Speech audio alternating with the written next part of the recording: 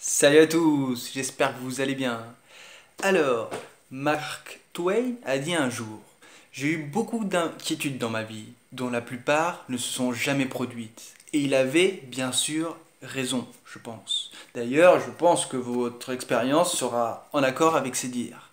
C'est pourquoi je dirais que la plus grande peur se cache dans la peur d'avoir peur.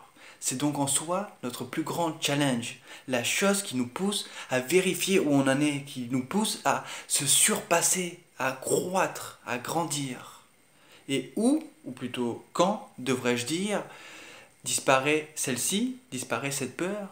Eh bien, dans le moment présent, dans la présence vivifiante, quand il n'y a plus d'appréhension par rapport au futur, quand il n'y a plus de regret, ou plutôt devrais-je dire de culpabilité par rapport au passé, quand notre attention demeure centrée ici, maintenant, pleine de vie. C'est pourquoi la méditation a toujours eu une si noble réputation, je pense. Car la noblesse me semble être la pureté de l'essence des qualités, la pureté de l'essence des choses, ce qu'on trouve de plus beau, ce qui, dans notre regard, y voit la perfection, y décèle, ou si on n'y voit pas la perfection, sa plus belle vérité. La quintessence, du coup, de la vérité. Sommes-nous, selon vous, des êtres condamnés à porter le poids de nos échecs et de nos erreurs? Sommes-nous condamnés à envier le succès et à redouter l'échec? Puis, parfois même, à maudire le succès car il n'était qu'un trouble fait, qu'on croyait que c'était ça qu'on voulait vraiment, mais qu'en fait, ça comblait pas? Et pour appuyer ces tirs-là, je cite certains acteurs et gens célèbres et connus, là j'ai oublié le nom, mais peut-être je le mettrai dans les commentaires, de personnes qui disaient qu'après avoir atteint le succès selon les gens, ils ne se sentaient pas du tout comblés, ils ne se sentaient pas du tout avoir trouvé leur but, en un sens. Sommes-nous simplement, du coup, des créatures fébriles, destinées à avoir aucun avenir glorieux, aussi bien en tant que race qu'en tant qu'individu? Imaginez-vous, il y en a même qui croyaient à la damnation éternelle, à l'enfer sans fin. Donc, je vous pose la question. Personnellement, j'ai envie de vous dire simplement que bien des maîtres ont répondu à cela. En parole, ils ont écrit des livres, ils ont eu des discours envers les foules, et ils l'ont personnifié en action. Ils ont été l'œuvre de leur vie. C'est pour ça que je vous invite à vous intéresser à tout cela. Par rapport à la peur appréhendée, je voudrais revenir à cette notion du challenge des 1 semaine, donc de douche froide, qui est de passer de 15, 10, 30 secondes le premier jour à augmenter jusqu'à la fin de la semaine et voir comment on se sent, comment on a vécu la chose par rapport à comment on l'a appréhendée. Alors, d'ailleurs, c'était dans la dernière vidéo que je avais partagée de Wim Hof, où il expliquait qu'il avait même une dame de 105 ans qui avait suivi son cours avec lui et qu'elle avait tellement kiffé alors qu'elle pensait avoir peur qu'elle en a parlé à sa sœur de 98 ans et que même elle, à cet âge-là, elles ont encore pu changer et croître et s'expandre en un sens. Alors, pour raconter cette histoire, prenons l'exemple de quelqu'un, disons plutôt frileux, et pas trop habitué à sortir de sa zone de confort, qui, parce qu'un ami voilà, qui passait par là, lui a donné plein d'arguments, plein de courage, plein d'encouragement, et d'arguments, on va dire, scientifiques et tout ça, pour qu'il le teste, ben, il a bien voulu tester, d'accord, on va dire. Donc il a dit qu'il voulait tester le truc des 1 semaine. Ressentez comment celui-ci va transposer ses croyances sur ce qu'il va vraiment sentir. Comment il va se faire en gros plein de films avant même de s'y essayer. Ressentez comment il va ressasser la terrible épreuve qui l'attend de tous les angles imaginables quasiment.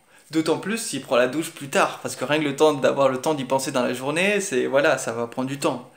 Alors que si on l'a fait plus tôt, ben au moins c'est fait direct, et après oui, on peut y penser pour le lendemain et tout ça, mais au moins on voit que c'était pas aussi horrible déjà que ce qu'on y pensait.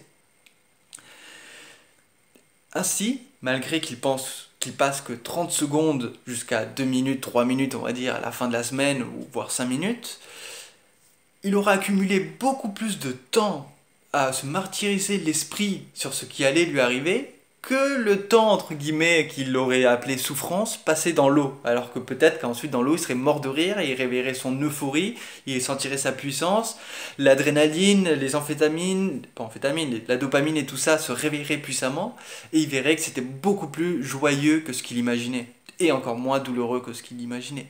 Alors, quelle est la morale de l'histoire? Pour moi, c'est cette question. Sa profonde nature était-elle vraiment dans son appréhension, ou y avait-il une part de lui, genre reculée, qui observait sa conscience en train d'œuvrer, comme s'il s'observait lui-même? Laquelle des deux réalités est la plus réelle, en un sens? Peut-être me direz-vous celle qu'il ressent, parce qu'il était dans l'appréhension et tout ça, mais l'autre est-elle plus profonde? Et si elle est moins ressentie, est-elle pour autant moins véritable? Parce que si elle est plus profonde, c'est comme si elle prenait plus d'ampleur, comme si elle était la plus intérieure, la plus vraie. C'est une question simplement que je vous laisse comme ça. Le cerveau a tendance, vous savez, à analyser les choses, à prévoir ce qu'il va sentir s'il fait ceci ou cela et tout ça. Et c'est un outil. Un outil qui parfois nous domine, comme je disais dans l'autre vidéo, ou que l'on peut maîtriser. Ainsi, au lieu d'y penser, je vous invite à le vivre simplement. Essayez peut-être ce challenge dès une semaine et vous verrez comment vous fonctionnez. Moins vous penserez par rapport à tous ces douleurs et tout ça, plus simplement vous vivrez la chose quand vous la vivez et non pas avant de la vivre, donc de l'appréhender et tout ça, plus vous verrez que vous aviez ce pouvoir-là de ne pas avoir peur et de juste le vivre. Dans tous les cas, croyez-moi, vous sortirez de l'eau avant même d'avoir mal. Et c'est ça qui est intéressant, c'est que la véritable douleur, elle sera pas là. Même il y a plus de chances que ce soit de la joie et plein d'autres émotions intéressantes. Alors arrêtez de vous projeter et vivez l'instant. D'ailleurs, c'est ce que l'eau froide vous enseignera. Ça sera mode survie, respiration puissante. On va vers l'intérieur, on ressent le corps, on laisse faire ce que le corps fait, on sent sa puissance, on sent l'entièreté, on sent l'unité, la conscience totale, parce que ça réveille notre force intérieure en condition de survie. Et c'est par l'expérience, du coup, et non pas par la pensée, qu'on arrivera à comprendre et à assimiler tout cela. Car une fois dans le froid, il ne restera plus que vous et votre centre, quasiment. Les pensées seront quasiment complètement diluées, car votre puissance sera exigée. Et le pouvoir profond, à mon sens, se passe de pensée.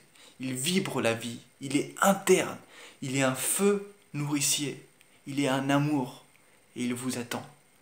C'est pour ça que j'en reviens à la phrase des CAD qui dit « Ce que vous vouliez vraiment au fond, même si vous ne le savez pas, c'est la maîtrise de votre propre maîtrise. » Et elle passe par tous les domaines de la vie. Gérer ses émotions, arriver à faire que les pensées elles soient un outil plutôt qu'un ennemi, gérer sa puissance, sa résistance au froid, les passions, ce qu'on rêverait d'avoir fait, tout cela.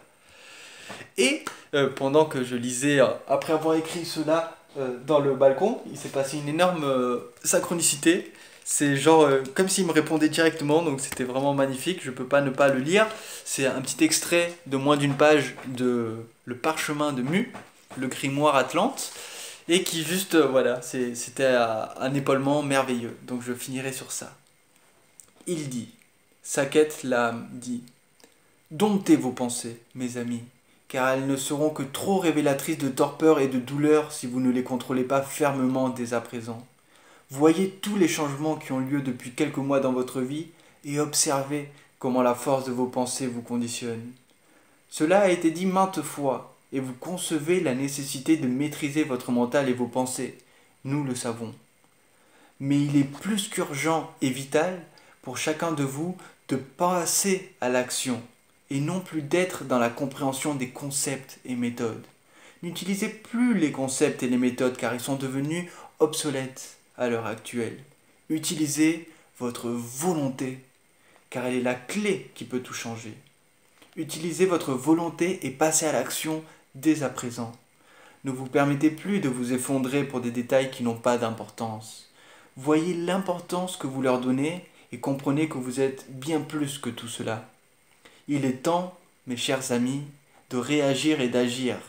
Face aux évolutions et aux modifications qui ont lieu dans votre vie et vos expériences actuelles, Adoptez enfin une nouvelle façon d'agir, de réagir et de créer votre avenir.